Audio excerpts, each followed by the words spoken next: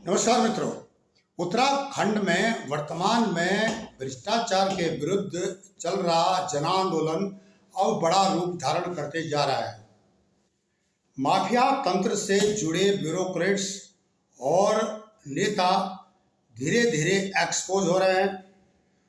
सरकार चाहे केंद्र की हो राज्य की हो, इन पर सख्त एक्शन लेने वाली है और जिसके चलते हुए कि जो नेता ईमानदार भी हैं वे भी शर्म के मारे सड़कों पर नहीं निकल रहे हैं, क्योंकि उनको कहीं ना कहीं डर है उन पर कोई भी जानलेवा हमला कर सकता है।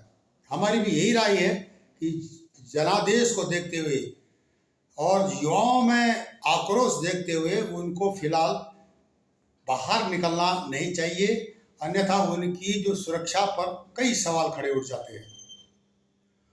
मित्रों, यह स्थिति क्यों पैदा हुई? इस ऐसी स्थिति को पैदा करने के लिए कुछ लोग जवाबदार हैं। जैसे कि एक तालाब को सारी मछलियां गंदी नहीं करती, एक या दो मछली उसको पानी में कीचड़ उछाल करके और तालाब को गंदा कर देती है। ये पुरानी कहावत है।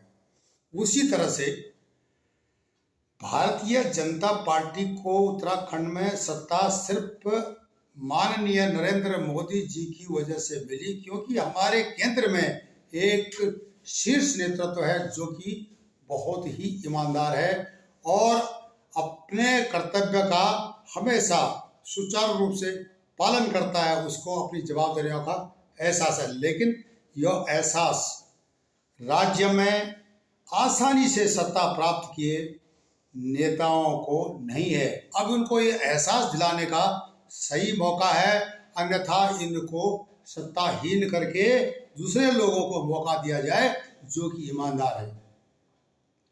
जिस प्रकार आप देख रहे हैं कि सड़कों पर लोग क्यों हैं, यूके SSS हो या विधानसभा में बैकडोर एंट्री हो, ये सारी चीजें की कराई ब्यूरोक्रेट्स और नेताओं की। और उनको देख करके क्या है कि अब नीचे ब्लॉक लेवल में या जो जिला स्तर पर, तहसील स्तर पर भी करप्शन है।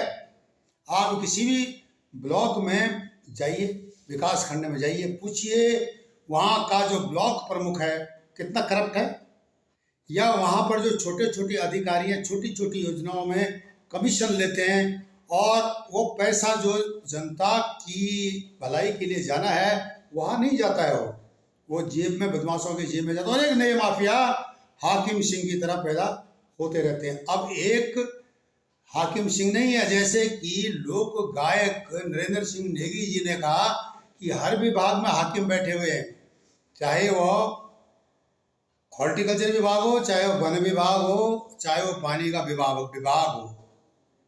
पेड़ों का किस प्रकार से नर्सरी में हेरा फेरी होती है, कागजों में पेड़ लगते हैं, वन लगते हैं, फलदार पेड़ लगते हैं, पर लेकिन ग्राउंड में उनका कोई अस्तित्व नहीं है। ऐसा क्यों? क्या वहाँ भी इस तरह के लोग हैं?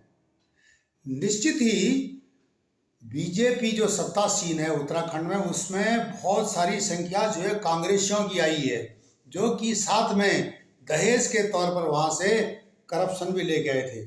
वो करप्शन की टिप्स उनको बीजेपी वालों को देते गए। जैसे कि एक आलू के बोरे में 2-3 सड़े हुए आलू पड़ गए तो सारा बोरा आलू का सड़ जाता है।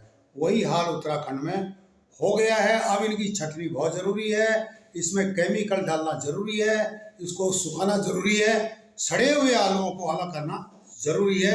कहने का मतलब है जो भ्रष्ट नेता है, भ्रष्ट अधिकारी हैं, उनको सलाखों के पीछे पहुंचाने तक ही लगता है अब यह जनता सांस लेगी। उन्होंने काम ही ऐसे किए हुए हैं।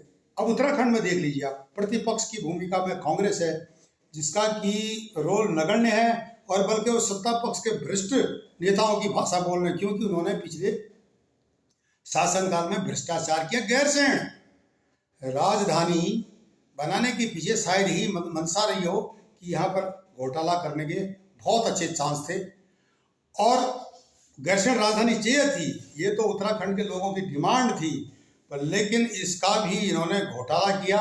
उत्तराखंड में राजधानी नहीं बनी, अब देहरादून में फिर मकाने बना रहे हैं, वहाँ पर जो है फिर घोटाले करेंगे।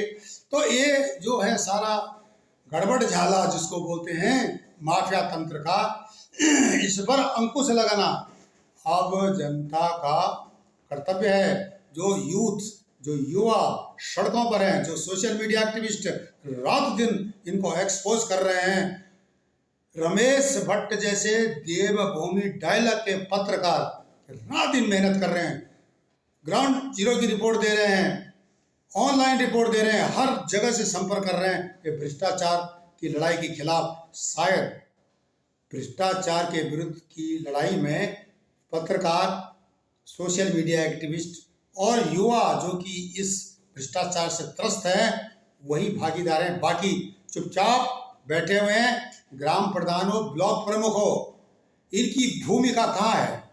क्योंकि उनको पता है कि पंचायत का या ग्राम सभा का या ब्लॉक लेवल का जो आंगनबाड़ी का जो भी अब पैसा आएगा उसमें गड़बड़ झाला नहीं करेंगे तो इनको कोई भी नहीं छोड़ेगा। वैसे अब माइक्रो चेकिंग की जाए या इन पर जो इन्वेस्टिगेशन बिठाई जाए तो कई प्रधान, कई जो है ब्लॉक प्रमुख जेल में होंगे, कई अधिकारी जेल में होंगे ब्लॉक स्तर के।